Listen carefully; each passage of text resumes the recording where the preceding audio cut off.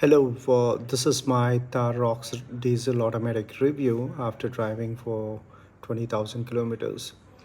If you have followed my previous videos, I did mention that I've been hearing hissing sound around 3,000 kilometers, and after 9,000 kilometers, it kind of like developed a constant hissing or buzzing noise. And now at 20,000 kilometers, I could see a loss of acceleration the moment it reaches 85 kilometers speed.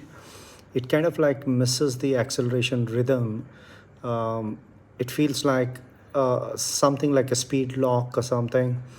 And now the hissing sound or a pressure leak sound is all the more prominent. And overall, I think this car would live for another 10,000 kilometers. I've been following up with the Mahindra for quite some time, but no luck yet.